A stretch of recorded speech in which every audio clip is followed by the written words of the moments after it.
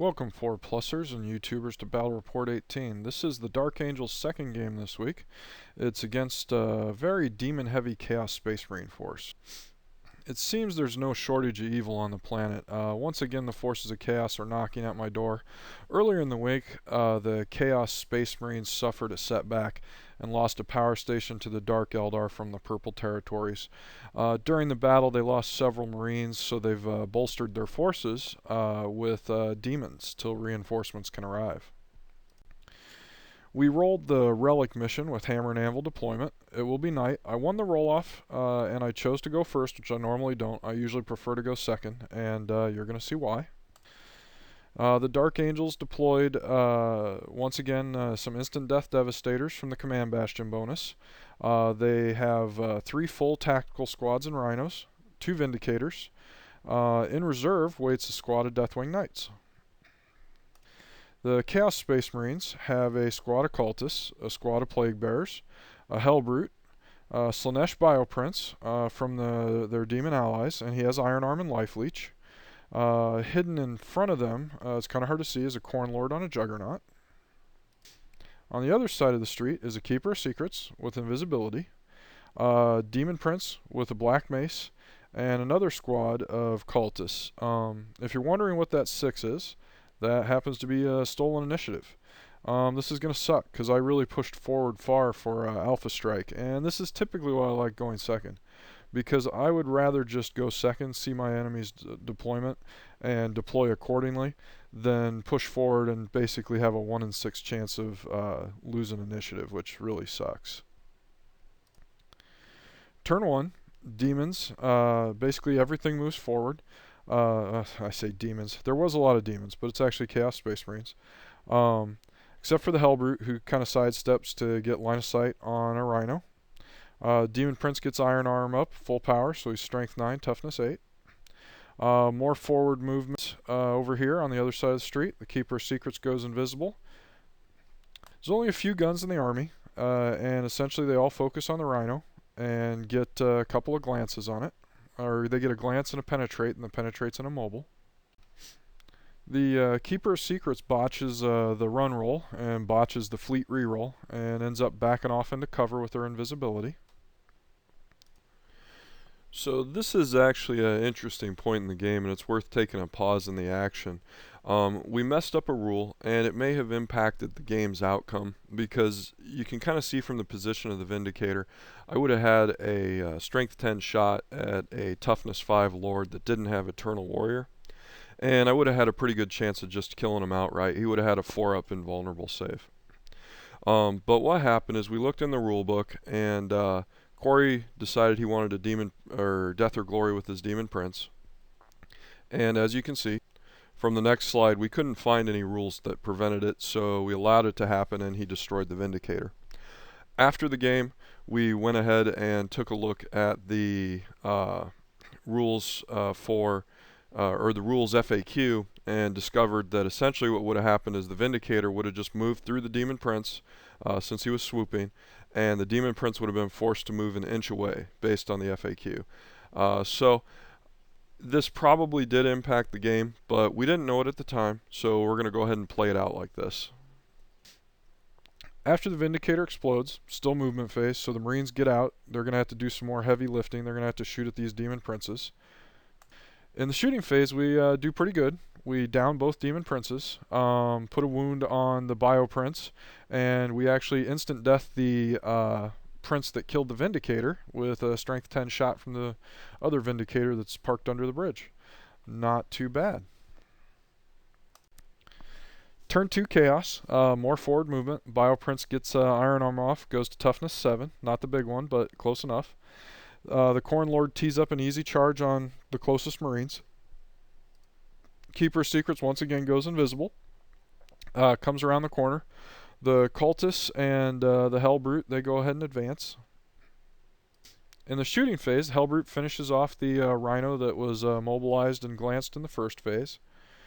Let's see here. What else do we do? Oh, the Bio Prince uses Life Leech to heal up, so he's back up to 4 wounds. Not too bad.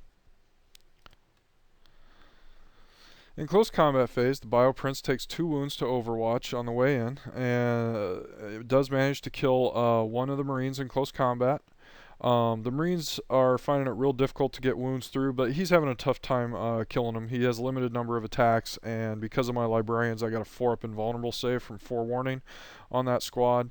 Down below, the Khorne Juggernaut Lord charges in with his Axe of Khorne. You know, we've all seen this build before. And he kills 9 Marines, and it's unfortunate. I wish he had actually killed 10. Starge sticks around to keep the Khorne Lord from getting shot by the Vindicator that could instant death him. But, you know, sometimes that just seems to be the way it goes. Stubborn and They Shall Know No Fear is just kind of a bad match. You really don't need Stubborn or even want it. The Grim Resolve rule is just bad. No running away. Let's see here. Next. Dark Angels turn 3. Or actually, Dark Angels turn 2. The Marines get in the Rhino. They're like, yeah, we probably shouldn't be standing in the streets since the Khorne Lord's going to break loose next turn, barring some sort of miracle. So they get in the Rhino. Rhino moves forward. In the shooting phase, there's really not a lot of targets. We've got like an invisible Slanesh Demon, which has got 2-up cover. So really we just pick the target of opportunity, which is the Hellbrute standing out in the open. We do penetrate it once and immobilize it, and then we glance it again. Other than that, nothing happens in the shooting phase. In close combat, Sarge dies. So sad. The fight with the Demon Prince is a stalemate again. I have Forewarning and Prescience up so far, so you know, I'm getting hits, getting a few wounds, but the Demon's making his saves, and the Demon's getting like a few wounds back on me, but I'm making my saves. So far it's just kind of a stalemate. Turn 3, Helldrake arrives. Everyone advances. Chaos Lord moves to get his Vindicator kill. Bioprince refreshes his Iron Arm. Keeper of Secrets advances and casts Invisibility on the Plague Bearers. Very good strategic move. Keeper of Secrets also tosses out a Portaglyph, and some Plague Bearers spill out. But boy, Invisibility on those Plague Bearers is actually going to be a really, really good move. In the shooting phase, the Deathwing Knights that actually arrived on Dark Angels turn 2, the Helldrake does manage to kill 1 Knight.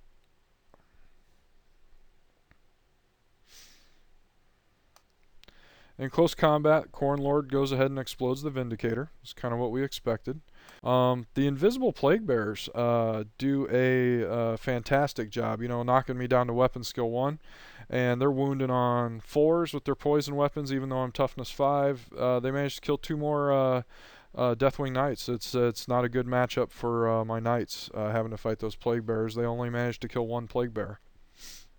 The Bioprince, once again, fights to a stalemate with the Devastators.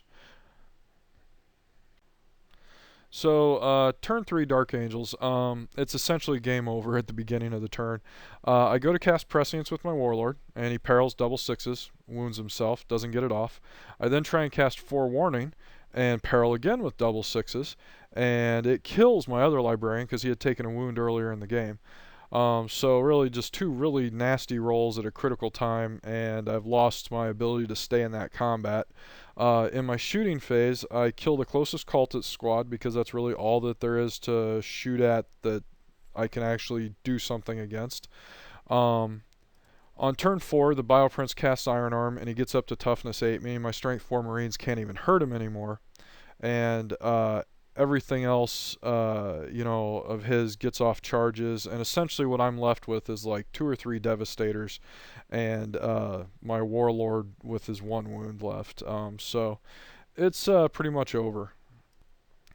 Corey takes my power station, but that's not what hurts. What hurts is my after-game analysis when I figure out what went wrong.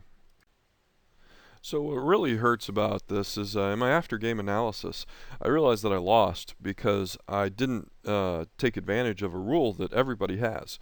And that is that you can use grenades against monstrous creatures. And my tactical Marines only have 1 attack each. So really the entire time I was fighting that Demon Prince with the Devastators, I should have been using crack grenades, and I had even purchased a Melt-A-Bomb on Sarge. So what what really ended up happening is I sat in a combat that I probably should have been out of a turn or two earlier, and it ended up costing me the game along with our rules mistake early on, which may or may not have impacted the game. We don't know because we didn't play it that way. So, really the kind of thing that I'm taking away from this battle report is no matter how well I think I know the rules, if something questionable comes up, maybe I should take a moment with my opponent, and we really need to go through the rules with a fine-tooth comb and check the FAQ. But end of the game, it's a good game. I lost, gave up a power station. Corey, I'm looking forward to the rematch now that we know the rules, and hopefully the rematch has a different result. Thanks for watching, guys.